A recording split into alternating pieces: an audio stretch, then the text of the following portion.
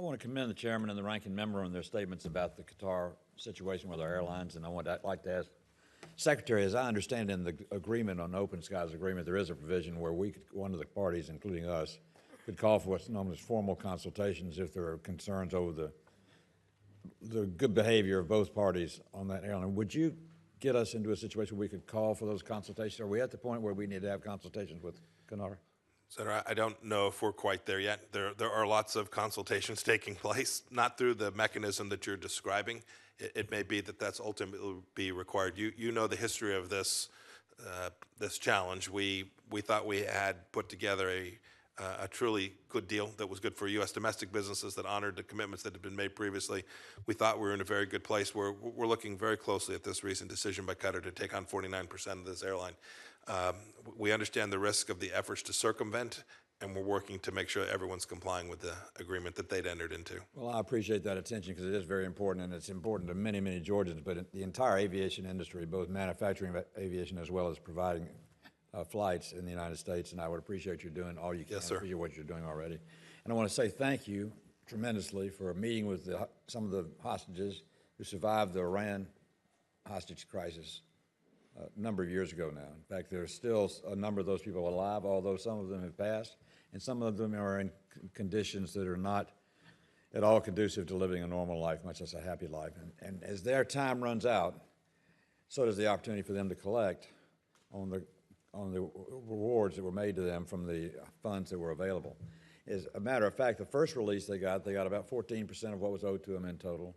The last release, that went from 14% to 4%, not because they reduced the amount of money from the fund that they took out, but because 3,000 other people were added to the fund in the special matters choice to give that money out. And I'm really worried about them ending up not getting what they should have gotten. These people went through probably as bad a torture, as bad a treatment as any American ever did.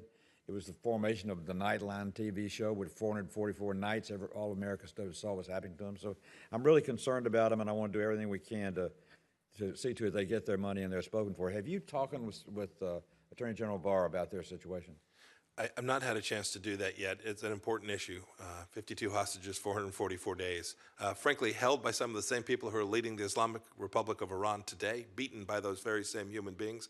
I'm aware of the situation with respect to them getting the money that they deserve, and I will have a conversation with Attorney General Barr. I've not had a chance to do that yet. I would really appreciate it if you would. I think about it every day. Colonel Scott from Georgia, Stone Mountain, Georgia, was one of those victims. Mm-hmm. He's a wonderful man. He's aging, as all of us are, and I would love to see the families get the money that was intended to go to them, to go to them. Lastly, I want to talk about New START for just a second. I supported the START Treaty 4 or 5 years ago when we ratified and extended it. I know it comes up in 2 years, I think, for renegotiation. I think there are preliminary talks going on. Am I not correct? That's correct, yes, sir. A lot of people, some of those nuclear treaties have been canceled in recent years, and there's some people that have misperceptions of different nuclear agreements like IMF and other things like that.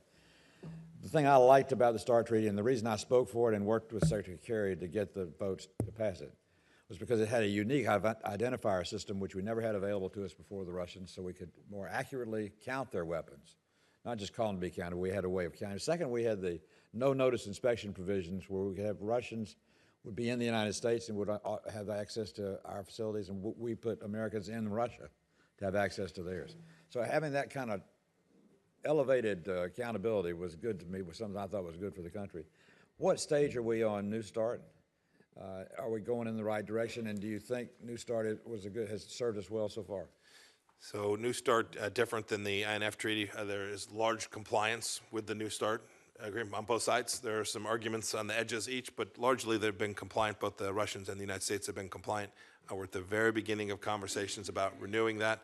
If we can get the deal right, if we can make sure that it fits 2021 and beyond, President Trump has made very clear that if we can get a good, solid arms control agreement, we ought to get one.